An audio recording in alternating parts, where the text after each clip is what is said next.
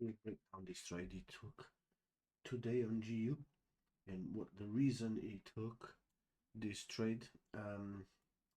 So it's not just because it's happened, but as you can see here, we talked about that before. It was 10 o'clock in the morning when you talk UK time, when you talk about it, and I'll say, can you say you are still in the time window, or should you wait for New York open? Then I am as passed, I mark it as my end of London time window. So we were very close to the daily rejection block on GU. New 4 hour has opened, and I answered exactly, and that is the liquidity for New York session. So as you can see here on the image, I marked this candle here. Then you can see the liquidity. I'm going to show you now on the daily time frame. So before that tap into that rejection, the daily rejection block, how we follow and how we align the higher time frame contest with the lower time frame entry points. So you always use a higher time frame point of interest to get in. Okay, our interest is based on the highest time frames, never on the lower time frame. So you analyze the market from the higher to the lower, but our entry point will always be on the highest time frame. Okay, so basically, as you can see here, the market just swept this liquidity, break structure to the downside, left internal liquidity just there. The market taps into, nice drop to the downside, then break structure once again. So you have on the weekly two structured breaks, so that's amazing. That's what you want to see.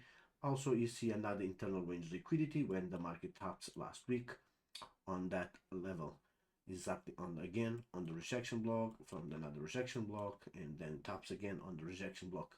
Beautiful. So on the daily time frame, as soon as the market taps into that level, the weekly rejection block drops, breaks structure to the downside, so left us with nice, that's what you want to see.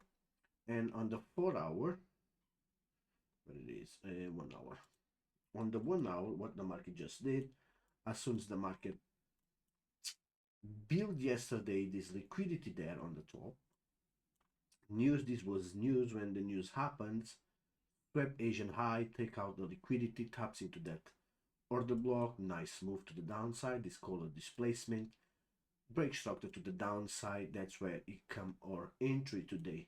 So past the night, you see what Asia was been doing, what you want to see. After that, you go to the daily time frame, exactly there it was the rejection block. So that candle swept the previous one, take out the previous daily highs, let's say like that. It was the 1 hour order block. The market respect drops, so give us the contest from the high time frame to the lower, and then it come to the trade, it take the trade, then target the Asian low. It's not happened yet, it's time to close the trade already. So you already close the trades, you already made profits anyways. But what you have now, so at Asia, swept liquidity, break structure to the upside, exactly happens here again. So he left liquidity, that's the liquidity mark from the daily. Then the daily taps into the daily rejection block, drops, break structure now, as you can see, break structure now to the downside once again. So your possible target for tomorrow is going to be on the daily time frame. It's going to be these lows here. That's why you expect the market push through the external range liquidity.